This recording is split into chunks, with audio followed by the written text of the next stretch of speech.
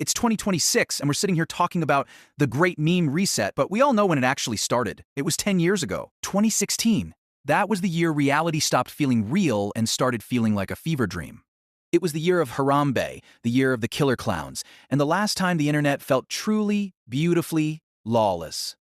Scientists say nostalgia usually takes 20 years to kick in, but 2016 was so chemically potent that we are overdosing on it only a decade later. We look back at that year and we don't just see memes, we see a lost civilization.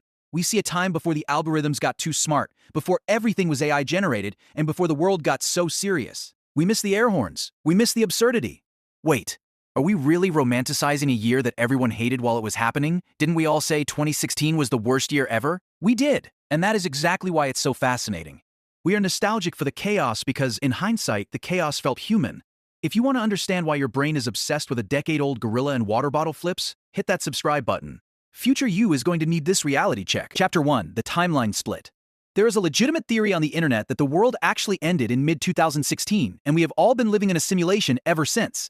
It sounds crazy, but think about the energy shift. May 28, 2016, the Cincinnati Zoo. A gorilla named Harambe. At the time, it was tragic, sure, but the internet turned it into a deity.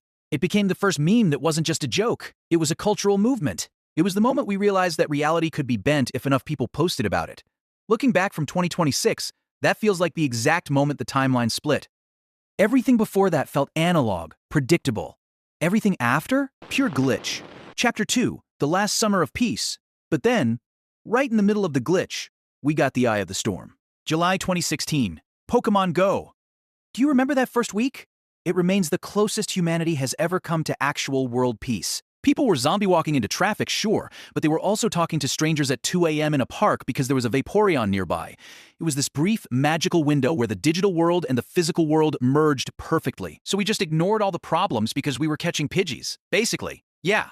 And it worked. For 1 month, there was no politics, no wars, just teams. Mystic, valor, instinct. It was a mass hallucination of happiness. And then, just like that, the updates ruined it, the hype died, and we all went back to hating each other.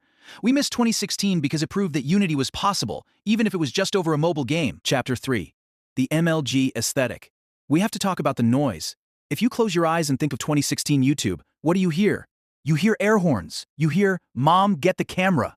You hear Skrillex, the MLG montage era. Doritos, Mountain Dew, hit markers. It was sensory overload. It was the Great Fry. We were deep frying our culture until it was distorted and loud. It was aggressive, yeah, but it was also incredibly creative. It was the last era of the internet that wasn't trying to be polished or brand safe. It was kids with bad microphones screaming into the void, and the void screaming back. Chapter 4. The Bottle Flip Logic. Then there was the randomness. A kid flips a water bottle at a talent show. That's it. That was the content. And it took over the planet. It sounds stupid now, but the bottle flip represented something we've lost.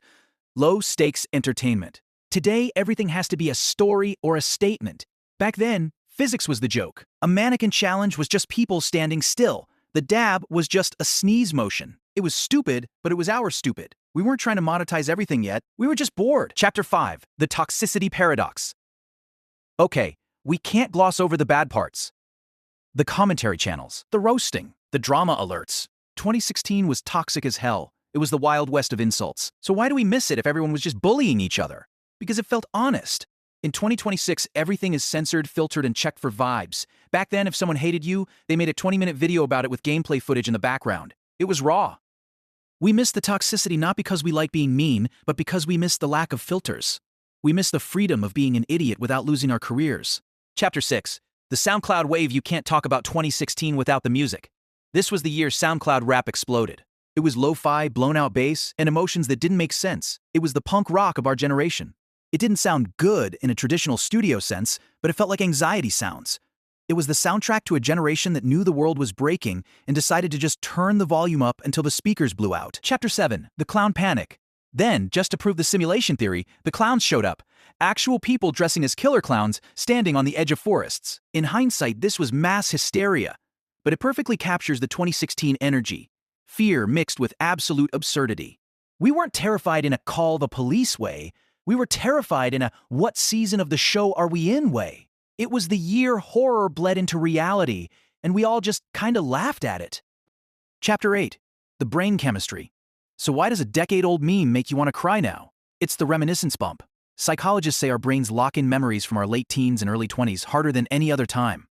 For a lot of us, 2016 was that peak. We aren't missing the clowns or the bad politics. We are missing the version of ourselves that existed before we knew how hard life gets. What is your brain? We are missing the potential. We miss the feeling that the timeline could still go anywhere. Chapter 9, The Pain of the Reset.